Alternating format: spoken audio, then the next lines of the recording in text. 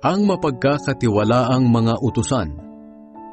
Sinabi pa ni Jesus sa kanila, "Maging handa kayo palagi sa pagbabalik ng inyong Panginoon, katulad ng mga aliping naghihintay sa pag-uwi ng kanilang amo mula sa kasalan. Nakahanda sila at nakasindi ang mga ilawan nila, upang sa pagdating at pagkatok ng amo nila ay mabubuksan nila agad ang pinto. Mapalad ang mga aliping madadatnan ng amo nila na gising at nagbabantay sa kanyang pag-uwi. Sinasabi ko sa inyo ang totoo, maghahanda ang amo nila para pagsilbihan sila. Sila ay pauupuin niya sa kanyang mesa at pagsisilbihan habang kumakain sila.